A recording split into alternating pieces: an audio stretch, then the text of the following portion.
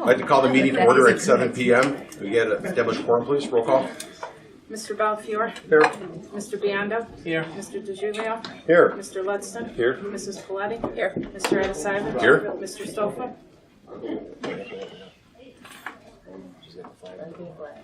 And the quorum has been established. Please all rise for the Pledge of Allegiance. Pledge allegiance to the flag of the United States of America and to the republic for which it stands, one nation, under God, indivisible, with liberty and justice for all.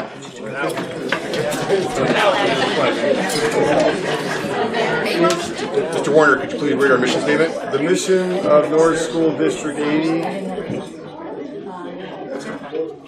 The mission of Norris School District 80 is inspiring educational excellence in a nurturing environment. Thank you. Motion to approve the agenda as presented. I would like to move items 16D and 16F to individual action items. Any other modifications to the agenda? I'm sorry, you said D and F? D and F. We get a roll call, please. I need a motion. I need a motion. I'll motion. I'll second. Roll call, please. Mr. Ludston? Yes. Mr. Adesivich? Yes. Mr. Belfiore? Yes. Mrs. Paletti? Yes. Mr. Biondo? Yes. Mr. DeGiulio? Yes. Motion approved. We'll go right into public participation. Warner? Nobody. Thank you. We'll go right into recognizing our visitors. Thank you for coming out on one of the first beautiful nights that we had this year. Well, thank you. Correspondence. There have been a couple of pieces of correspondence. We've had one FOIA. And we'll go right into the administrative reports. Do we have any presentations today, Dr. Miller? No. Great. The floor is yours. Yeah, so number one, I'd like to congratulate the individuals who are newly elected and will be seated on the Board of Education in the next week, assuming that the board sets the date for April 23rd. Some things that we are going to need to work on, because many of the things I'm going to list here are contractually based or issues that we need to address with immediacy. The first thing is a teacher's contract that we will need to work on. The local 399 contract, that is for our support services for custodian. The food service contract, which can take anywhere from 3 to 4 weeks to put in place, because the state of Illinois requires school districts to approve it through the state before they can actually post it for bidding. Taxi service agreement, we will need approval the next month. We have two issues that I believe are pressing. One of them is another lift at Lee School has broken down. We are in the process of getting some pricing. We believe it'll cost anywhere from $8,000 to $15,000. I'm hoping I can bring that to the May meeting. Although we do not have the monies, I want to bring it to the May meeting because it's something I think is very pressing. The Lee phone system, so you're aware, went down. However, we were able to fix it. And just like we did at Giles, we replaced it with a new state-of-the-art system. So that's something that I would encourage not only this board, but future boards to consider. We have the school calendar for 18-19 and for 19-20. We have to wait for the guidance from the state of Illinois on both calendars. One of them, we're hoping that we could bring in the May meeting. We'll need a modification because we want to include e-learning days.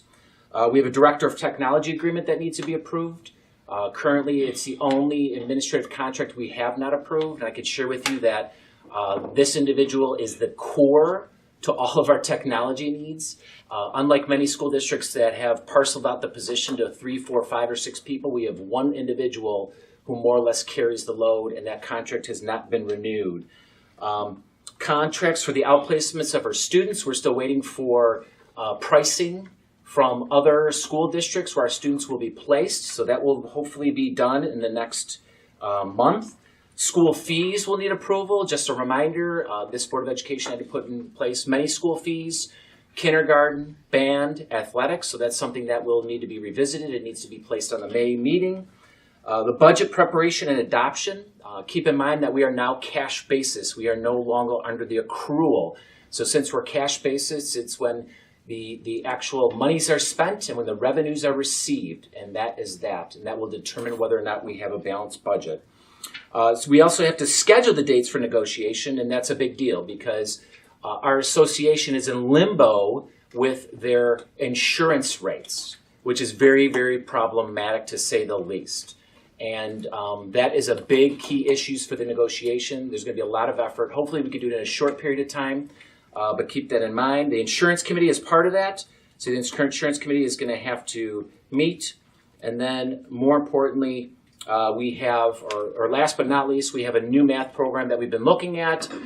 That too, if we put in place and approve, is very, very timely because it takes not only time for the resources to come to the school, but more importantly, we have to arrange the training for the grades or grade levels or schools that would be implementing that math program.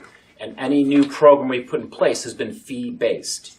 So these are pressing issues because our fees have to be sent as expeditiously as possible because the timeline for all of our packets to go out is during the month of June. July, our support staff is off, so all our secretarial positions are not in the building aside from the bookkeeper and aside from the secretary to the Board of Education. And so all that stuff needs to be done in an expeditious fashion. And so those are just the things that I can list off the top of my head. I'm sure there'll be many more as we're going through this. And again, pressing issues that we need to address as quickly as possible. Thank you. Any questions for Dr. O'Malley? Thank you, Dr. O'Malley. We'll go right into board committees. Board policy and development. We have our third reading tonight. That is on the consent, was on the consent agenda for 16F that we pulled separately. We'll go right into communications. Nothing to report out at this time. Thank you. I would like Finance. to ask if the meeting occurred, Tim, between yourself and the village. Are we in finance? Oh, I thought that was because that was the. I'm sorry. Can we still finance? Any questions or communications? Anyone? No. Thank you. Finance.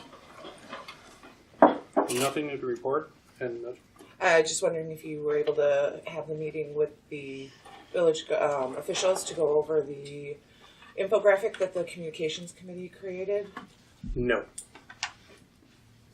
Can you elaborate on Sure. that? We are 2 weeks from a new board, and a board that was not only backed by the village, also backed by the Teachers Association. And I think that the new board members should have a chance to review it, ask any questions, as well as the new committees will be formed in 2 weeks as well. So that gives a chance for the new board to be part of it as well, to communicate through with the village. Was this relayed to the government or city officials so that they were aware that you kind of unilaterally decided that we weren't going to go ahead with this? There's been no communication between me and the village president. The Since our last communication. communication was that Trustee Tannhauser came up to you and asked you to contact him. And did you contact him and let him know that you weren't going to be doing this? No, I did not. I was waiting on the elections. Any other questions for finance? Thank you. Negotiations. As Dr. O'Malley stated that Local 399 submitted a letter requesting for the negotiations to start. ISAB delegate. Nothing except the Triple I conference to get your request in now, because coming up in November is the Triple I conference, but you have to be done by, what is it, June, Sarah? I believe it is. Before June, we have to turn that in? That's when they release it. Release it, yeah. Okay. Any questions for the ISAB delegate? Thank you. Going to old business, the new board policy update. We have our third reading tonight. We will have the opportunity to approve the board policies. B is the NFS request for school fundraising. We did adjust the request based on what the Norwood School Foundation requested. We did let the shaving of the head, which they raised a great deal of money at an assembly. So just wanted to give the board an update on that. Is there anything else that you wanted to add to that? The Ad Hoc Communications Committee. We've met 3 times, and last Thursday we went over the roles and responsibilities of the superintendent. We had a few questions that came up that we talked about, but I think at the end of the day we decided that Sam was going to talk with RHS and share, your roles and responsibilities with Dr. Kelzal, and we need to do we'll have to have a follow-up meeting to come up with what a plan could look like to have her fill in as the interim superintendent. I would like to add as well, with the situation that's in, the committee's progress is very slow. And not everything that's talked about at the meetings is coming to fruition. So at this point, leaving our last meeting, we do not have another meeting scheduled at the moment. We will find out and post that. And hopefully, within the next couple of weeks, something can come to terms. For public knowledge, July 1st is the day. So this new board coming up, whether it's Plan A, Plan B, Plan Z, we need a superintendent of some sort by July 1st. So the committee's going to have to schedule some extra meetings and get rolling. How many search firms have you guys interviewed? None. Any? What is your plan? Well, I'm sorry. we had one come out and present to the ad hoc committee, which was the IASB. They're the more reasonable. They're about $8,000 to start the search, filter through the candidates, present the best ones with resume and do the whole shebang. Some of the other firms that Sam researched were in excess of $15K and up. So, and we don't have that money to do that type of search firm because we'd have to take it from the compensation of that total package for the superintendent. So in my opinion, we're just trying to filter through having discussions with RHS and seeing if there was an interest. There is an interest, and just like Sam said, the talks are going slow, but we do have a Plan B, and that part of that Plan B also has the teachers union requesting that they give feedback on having a voice on choosing the next superintendent.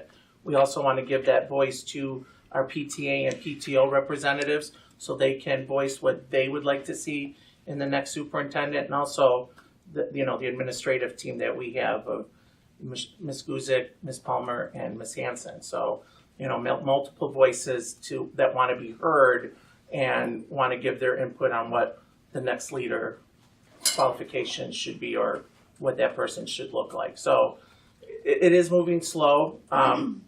I'm going to make the recommendation that next week, at some point, we're going to seat the new board members. This no longer needs to be a committee of 3 people. It needs to be a committee of the whole board. So we need to incorporate everyone else that's coming on board too, so they could have a voice and hear firsthand what's going on.